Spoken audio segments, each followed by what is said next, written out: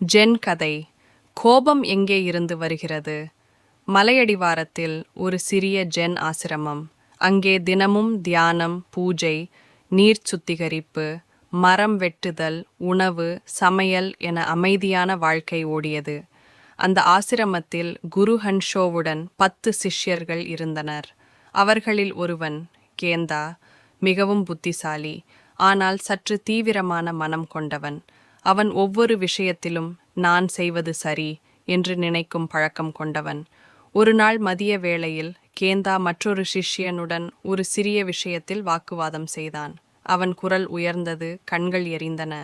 மற்றவர்கள் பார்த்து ஒதுங்கி நின்றனர். குரு ஹன்ஷோ அமைதியாக வந்து அருகில் நின்றார். என்ன நடக்கிறது கேந்தா என்று மெதுவாக கேட்டார். குருவே, இவன் என்னை தவறாக குற்றம் சாட்டுகிறான். நான் சத்தியமாகச் சொல்கிறேன், அவன்தான் பிழை செய்தவன் என்று கேந்தா சீற்றத்துடன் சொன்னான். ஹன்ஷோ சிரித்தார். நான் யாரை குற்றம் சொல்ல வரவில்லை, ஆனால் ஒரு விஷயம் சொல்லலாமா? கேந்தா, இப்போது நீ கோபமாக இருக்கிறாய், இல்லையா? ஆம் குருவே, ஏன் கோபப்படக்கூடாது? அநியாயம் நடந்திருக்கிறது. சரி என்றார் ஹன்ஷோ. அப்படியென்றால் சொல்லு, கோபம் எங்கே இருந்து வருகிறது? கேந்தா குழப்பமடைந்தான். எங்கே இருந்து வருகிறது என்றால் என்ன குருவே? அது என் மனத்தில் வருகிறது. அப்படியா? ஹன்ஷோ சிரித்தார். நீ சுவாசிக்கும்போது காற்று வெளியே இருந்து உள்ளே வருகிறது. உணவு உண்ணும்போது அது வெளியிலிருந்து உள் செல்கிறது. ஆனால் கோபம், அது எங்கே இருந்து உன் உள்ளே வருகிறது? கேந்தா சில நொடிகள் மௌனமாயிருந்தான். அது அந்த மனிதன் சொன்ன வார்த்தையால் தான் வந்தது. ஹன்ஷோ தலையாட்டினார். அவன் சொன்ன வார்த்தைகள் உன்னிடம் கோபம் சேர்த்தனவா? அப்படியென்றால் ஏன் இங்கே உள்ள 10 பேரில் ஒருவனுக்கு மட்டும் கோபம் வந்தது, மற்ற 9 பேருக்கு வரவில்லை? கேந்தா அமைதியாகிவிட்டான். குருவின் கேள்விகள் அவன் மனத்தை துளைத்தன. அப்படியென்றால் கோபம் வெளியில் இருந்து வருவது இல்லையா என்று மெதுவாக கேட்டான். ஹன்ஷோ புன்னகையுடன் கூறினார், ஆம் கேந்தா, கோபம் வெளியிலிருந்து வராது. அது உன் உள்ளிலிருந்து மட்டுமே எழுகிறது. ஒரு பாறையின் மீது நீர் விழுந்தால் அது ஒலி உண்டாக்கும். ஆனால் நீர் மெல்லிய மணலில் விழுந்தால் ஒலி இல்லை. வெளி நிகழ்வுகள் பாறையும் மணலும் ஒன்று போல். நம் மனம் எப்படியோ அதன்படிதான் அதற்கு பதில் கொடுக்கும். அதனைச் சொல்லி குரு தன் தடியை எடுத்துக்கொண்டு நடந்து சென்றார். இன்றிரவு உனக்கு ஒரு பணியைத் தருகிறேன் கேந்தா என்றார் அவர். இன்று இரவு முழுவதும் உன் கோபத்தை ஆராய்ந்து பாரு.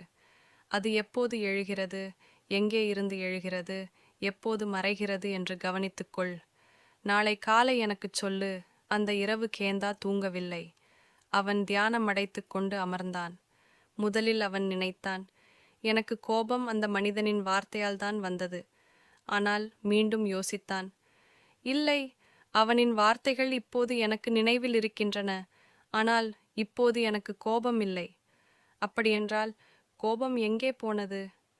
அவன் ஆழமாக மூச்சை இழுத்தான். கோபம் வந்தது, சென்றது.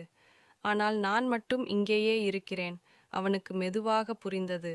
கோபம் ஒரு விருந்தினர் போல வருகிறது, தங்குகிறது, போய்விடுகிறது. அதை வரவேற்றால் அது வளர்கிறது, இல்லையென்றால் அது தானாக குறைகிறது. அந்த இரவு முடிந்தது. மறுநாள் காலை குரு ஹன்ஷோ தியான மண்டபத்தில் அமர்ந்திருந்தார். கேந்தா வந்தான் புன்னகையுடன். குரு கேட்டார், கேந்தா, உன் கோபம் எங்கே இருந்து வந்தது என்று கண்டாயா? கேந்தா வணங்கி, ஆம் குருவே, அது எந்த இடத்திலிருந்தும் வரவில்லை. அது என் சிந்தனையின் நிழல். என்னுள் ஒரு எதிர்பார்ப்பு, அவன் என்னை மரியாதை செய்ய வேண்டும் என்ற எண்ணம் இருந்தது. அது உடைந்தபோது கோபம் எழுந்தது. குரு நிதானமாகச் சொன்னார், சரி, கோபம் என்பது உடைந்த எதிர்பார்ப்பின் குழந்தை. நீயே உருவாக்கிய எதிர்பார்ப்பு உடைந்தால் அதற்கு பெற்றோனாக நீயே கோபத்தையும் பெற்றுக்கொள்கிறாய். அதை நீர் கவனிக்கும்போது அது தனிமையில் மறைந்துவிடும். கேந்தா அமைதியாக கேட்டான். அந்த நிமிஷம் அவன் உள்ளம் மாறியது.